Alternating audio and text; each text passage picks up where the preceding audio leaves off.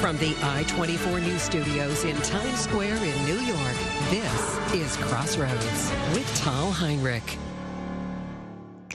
Welcome to Crossroads, everyone. U.S. President Donald Trump touched down in London. His first state visit to the U.K. is currently underway. Pomp and pageantry in the U.K. today as Queen Elizabeth opened a new term of parliament. This hour, we've got our team of correspondents covering stories all over the world in Tel Aviv, in Washington, D.C., and Los Angeles. The Trump administration has officially laid out the first part of its plan for achieving a lasting peace between Israel and the Palestinians. The proposal put forward by senior White House advisor and Trump's son-in-law, Jared Kushner, includes a $50 billion economic package. The Palestinians are trying to send a message that peace is not for sale. But how does Israel view their out-of-hand rejection of this initiative? We are not surprised. And this is a very rare statement coming from Hamas. For sure, they're not intended to go to war giving such a statement. But in the Middle East, you know, neither side has to intend a war for a war to erupt. Coming up next, we're zooming in on Egypt's historical struggle with the Muslim Brotherhood. Stay with us.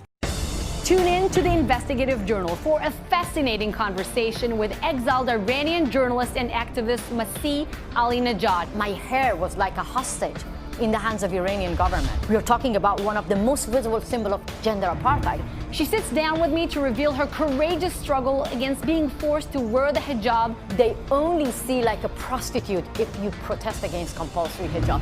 Friday prayers called me a whore. And now she has inspired millions of other Muslim women for freedom of choice. I'm Tal Heinrich in New York. Welcome back. TIJ published exclusive wiretaps of recorded conversations between ISIL operatives in 2014. The recordings reveal how the Turkish government turned a blind eye to jihadists crossing the border from Syria and to Syria. Well, we know safe zones have been established in Syria before. They were never so safe. No. If Israel really struck so far north into Syria, what does it tell you about Israel's defense capabilities and about Iranian entrenchment? We're talking about Iranian intelligence sites, weapons warehouses, training camps, all of them in the vicinity of the capital, Damascus, or in the Damascus airport. It makes me think that the divisions are not only in Libya itself, it's also the international powers divisions between them about what they see as the future or the right path going forward for Libya. Why should peace in Afghanistan be a top priority for the United States? What do you think about a strategy of telling Taliban leaders, listen, as long as you don't launch attacks outside this country, as long as you do not pose a threat to U.S. national security, we have no problem with you? Former U.S. Senator Joe Lieberman, the president today really unloaded on some U.S. allies in Europe. He lashed out on Twitter against French President Emmanuel Macron. Let's see what he tweeted. Pay for NATO or not. He also finished it with make France great again. Do you think the president is rightfully angry? The foreign minister, as we just heard, President Trump, he warmly welcomed Prime Minister Viktor Orban at the White House yesterday. But this warm hug was also followed by some criticism, both here domestically and also in Europe. Some lawmakers, they urged President Trump not to meet with him since they claim he does not represent American values. What's your answer to that? Joining me now to go in depth on this issue is a former ISIS bride herself, Tanya Joya. 6 years ago, she was living with her husband in Syria, a man who heads the Islamic State's English language propaganda operation. How long ago was it? I was abused in 1965 at the age of 8. Turkish native Enes Kanter plays for the New York Knicks, but he won't play against the Washington Wizards next week in London. First, explain. You're an NBA star. Yep. How come you have actual fears for your life once you're out of this country? Why is President Erdogan allegedly after you? He's going to go ahead and attack the Kurds in Syria. We should remember, though, that the Kurds are not only relying on the United States for security, but also on Russia and President Bashar al-Assad. The reason President Trump wants to see oil prices low from Saudi Arabia is because he needs the Iran oil sanctions to keep going. It's not for American consumption. Well, I guess we can assume the Crown Prince is not just a good Samaritan. He's expecting some quid pro quo from Pakistan, and it's going to be a military one. You're absolutely right. Please welcome I-24 News anchor Tal Heinrich. Let's talk about the APAC conference for a second, because this event was once seen as a must-attend place for people seeking to get to the highest offices in U.S. politics, and yet a long list of Democratic candidates for 2020 is not attending this year's conference, or in the words of Vice President Mike Pence from this morning, boycotting it. This is one of the reasons why President Trump has called the Democratic Party anti-Israel, anti-Jewish. He's trying to make Congresswoman Ilhan Omar the new face of the Democratic Party. But the Democratic Party, they made it easy for the president to do so after deliberating for days over what should have been a no-brainer. What do you think about that? I think it's a very dangerous development. But, Senator, if you can explain, where do you see the line cross between legitimate criticism of the state of Israel and anti-Semitism? What's your definition? The final text of the resolution is so politically correct, and I don't think the Democrats are going to defeat President Trump with being more politically correct than ever.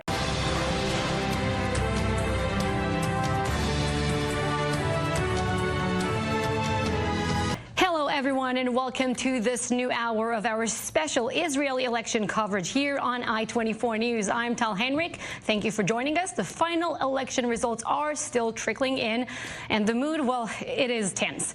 The latest exit polls showing another neck-and-neck race between Israeli Prime Minister Netanyahu. We're still waiting for him to speak, by the way, and his main rival, Benny Gantz of the Blue and White Party. It's 2:30 a.m. here in Israel, and it seems that as the night continues, we get more and more results which reflect a much better picture for Prime Minister Benjamin Netanyahu. And we just heard before the break, Prime Minister speaking to his base, to his supporters. He was very emotional, and his speech, Michelle, sounded like it's the speech of Israel's next Prime Minister. It was a different side of Benjamin Netanyahu that we saw tonight. He teared up. He kissed, a very long kiss there with his wife, Sarah. We very rarely, or never before, have seen such a side of Prime Minister Netanyahu.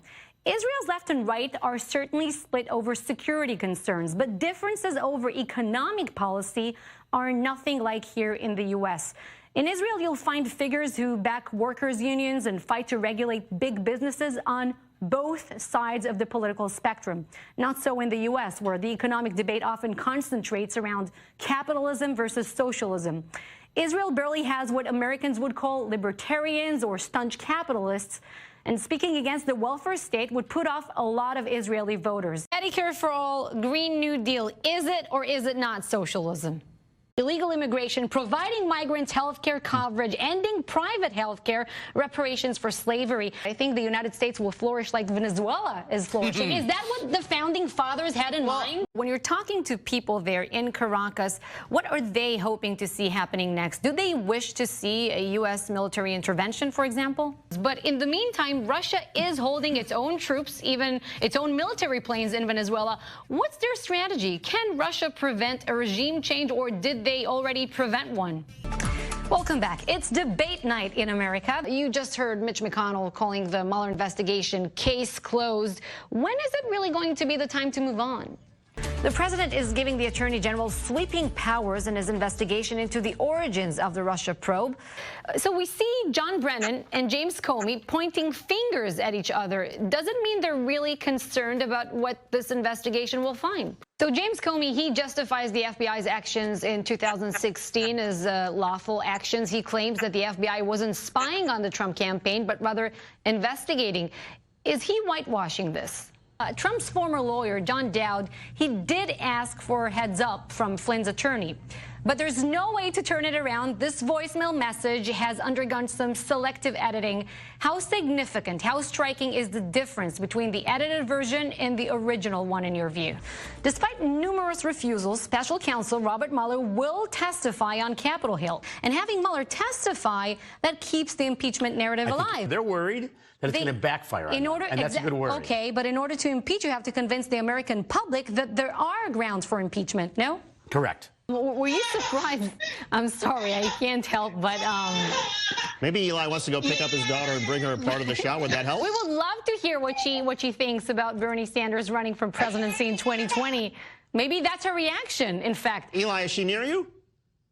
She's close enough, but it was certainly my reaction this morning.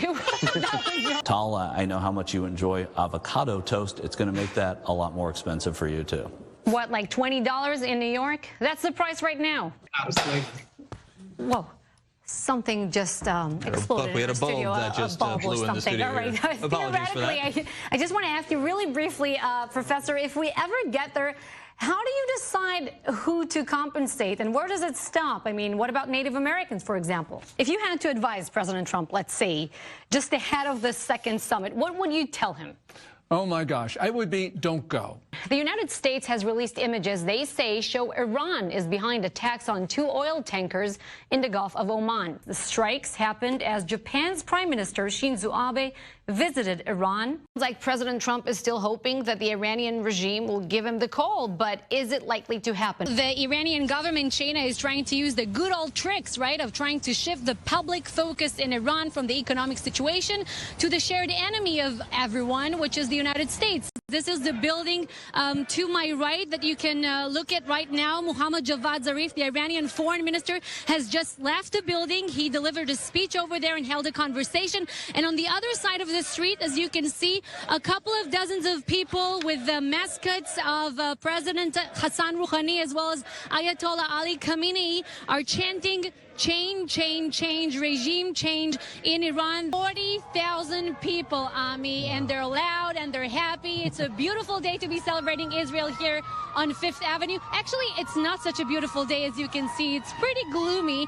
But for 2 times a year, New York City has its own magical, beautiful sunsets. Now, Tal, how many languages do you speak? I speak 4 languages. And you've been on television, anchoring or presenting, in all 4 languages. In all 4. שלום לכם וערב טוב, אתם איתנו ב7 מהדורת יום שני, ט"ז בטבת, כאן בערוץ 20. أهلا وسهلا أعزائنا المشاهدين وفي حوار اليوم سنلتقي شخصية أردنية بارزة. Bei diesem Erfolg ist es kein Wunder, dass so viele große Firmen unseren Sender als wichtige Marketingplattform für ihre Marken sehen. And the Security Council just about to start the session. Tal, I think you summed it up.